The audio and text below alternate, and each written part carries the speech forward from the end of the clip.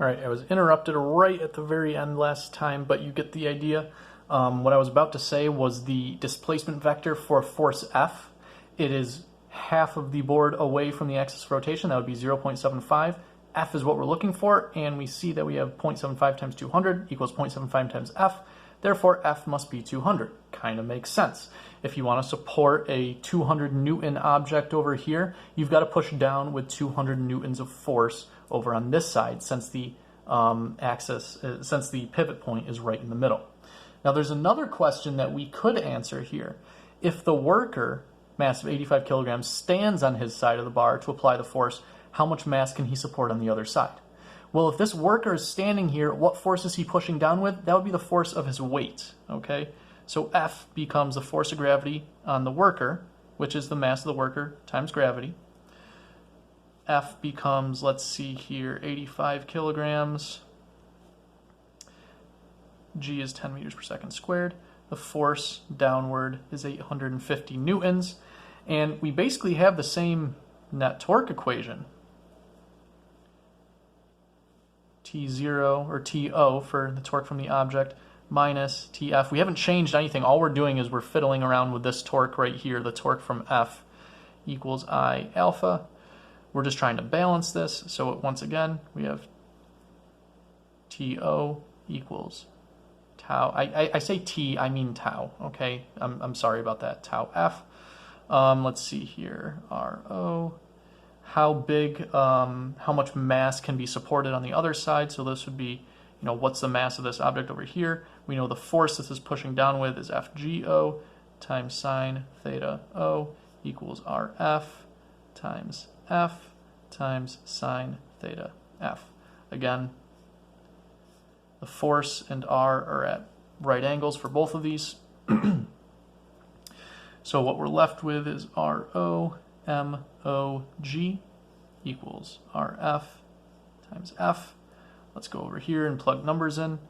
0.75 meters times mass of the object times 10 meters per second squared equals 0.75 meters times 850 newtons. I'm left to solve for the mass of the object that can be supported is 85 kilograms. Again, not surprising. If you have this pivoted in the middle, we can support a mass of 85 kilograms here by putting a mass of 85 kilograms here. This makes perfect sense. However, what happens when we move the fulcrum? Now the fulcrum is moved, so that's 0.25 meters away from the worker. So the fulcrum is moved over here. So let's see what happens. How hard must he push in order to support the 20 kilogram object? So let's draw this again. Here is the beam. The fulcrum is not in the middle anymore. Now it is right here. That's going to be different, okay? So now we still have this plate over on this side. Can you guys see this? Okay, yes you can. Still got this object on the plate, okay? Now we're pushing down here much closer to the fulcrum. The forces in this case are going to change a little bit as well. We still have a normal force, but now it's over here because the fulcrum is over here. This is the normal force now. Here's F. The force of gravity on the beam, or the bar, or whatever this is still in the middle. So look, now the normal force and the bar are not lined up anymore. The force of gravity from the bar, I should say. The force of gravity from the object is still over here.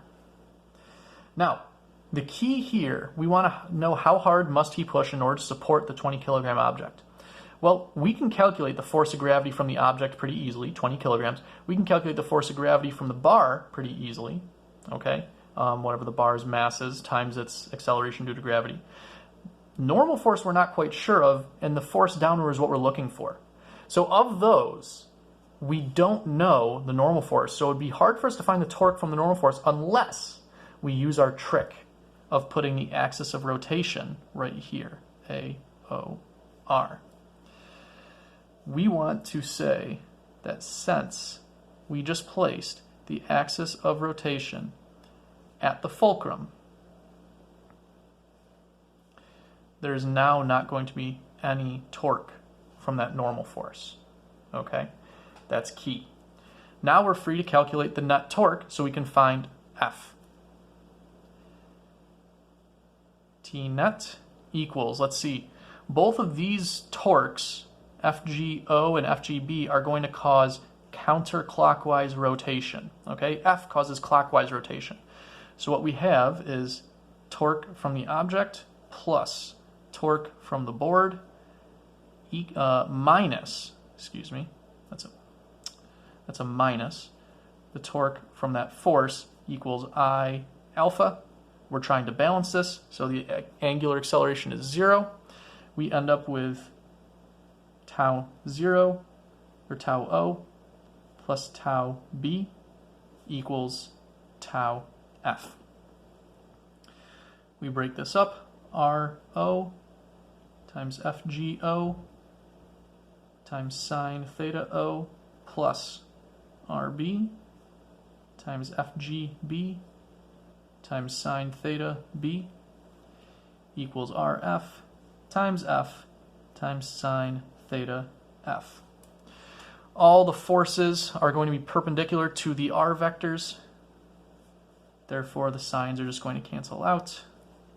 And we're left with R0 times M0, or RO times MO, mass of the object, times G, plus RB times MB times G equals RF times F. Now we have to do a little bit of math to figure out the different R's. The M's and G's are easy. R for the object. If the axis of rotation is 0.25 away from this side, the whole thing is 1.5 meters. This must be 1.25 from where the object is to the axis of rotation. So 1.25 meters times the mass of the object is 20 kilograms times G, which is 10 meters per second squared, plus RB. If from the, okay, so the force of gravity on the bar is halfway along the bar. It's at the center of mass. So it's 0.75 from here to here. Hold on, let me make sure I have this right. Yes, okay, so it's 0.75 from the middle to the edge. And this is, let's see, 0.25 meters away from the edge. That must mean it's 0.5 meters from the center of mass, where the force of gravity on the bar is acting, to the axis of rotation. So that means RB is 0.5 meters.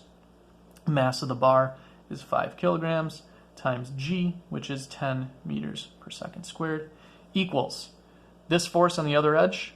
We know that the worker's force is 0.25 away from the fulcrum, which is where we set our axis of rotation. So that must be 0.25 meters times F. Now we just do the math. 1.25, and I know this is a lot to set up, guys. I know that there's a lot of things going on here. Trust me, it gets easier once you do it a few times, once you get used to what R means and what the force means and how that angle works. I mean, it's really essentially all we're ultimately doing, all we're ultimately doing is just, it's a free body diagram with a few more steps, to be quite honest. Okay, 250 plus 25 is 275 divided by 0.25. We get that the force necessary to hold this in place is 1,100 newtons, which is interesting. Okay, now we have two forces exerting torques on this side of the bar. So not only do we have two different torques we have to compensate for, but these torques are bigger because the fulcrum is moved farther away from them. Okay, that means we have to push really, really hard on this edge in order to keep this stable. Okay, so 1,100 newtons for the force. That kind of makes sense. How much mass can the worker support now if he were to stand on the bar? We're going to do pretty much the exact same thing. The net torque is equal to the torque from the object plus the torque from the bar, minus the torque from the guy's force, equals I alpha. That's 0. R0 times FG0 times sine theta 0 plus RB times FGB times sine theta B equals RF times force of gravity of the worker this time. So I should do RW for our worker times sine theta worker. Angles all come out to be 1. And here we go. Plus RB times MB times G equals RW times MW times G. And again, don't get caught up with just because I'm giving everything subscripts. Realize what the subscripts are. Those subscripts are just ways for me to determine what, which object I'm talking about. That's all that they are. Notice that I actually have G in every single one of these. So why don't we cancel out the G's? Okay. Now we're down to, let's see, R0. That's the distance that this object is away from the axis of rotation. We already said that that was 1.25. We're looking for how much mass it can support. The bar, the center of mass of the bar is 0.5 meters away from the axis of rotation, and we know the bar is 5 kilograms. And we know that the worker is 0.25 meters away from the axis of rotation, and we know that their mass is, let's see, it's at 85 kilograms. Okay, so what we're left with, let's come up here, if I could write correctly, 1.25 MO plus 2.5 equals 1/4 of 85, which I cannot do off the top of my head right now, 221.25. We solve for MO by subtracting the 2.5 to the other side and dividing by 1.25.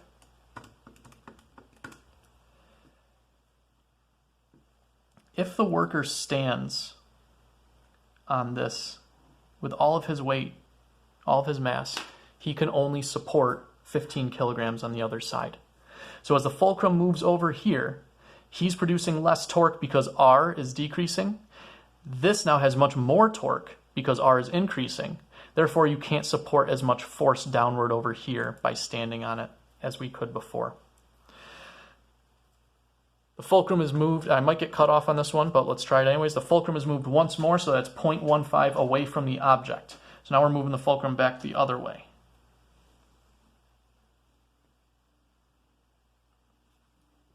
Really close over here, okay? So we know that the normal force is going to be over here. This plate is still over here, balancing our object. We have, so that's the normal force. We have a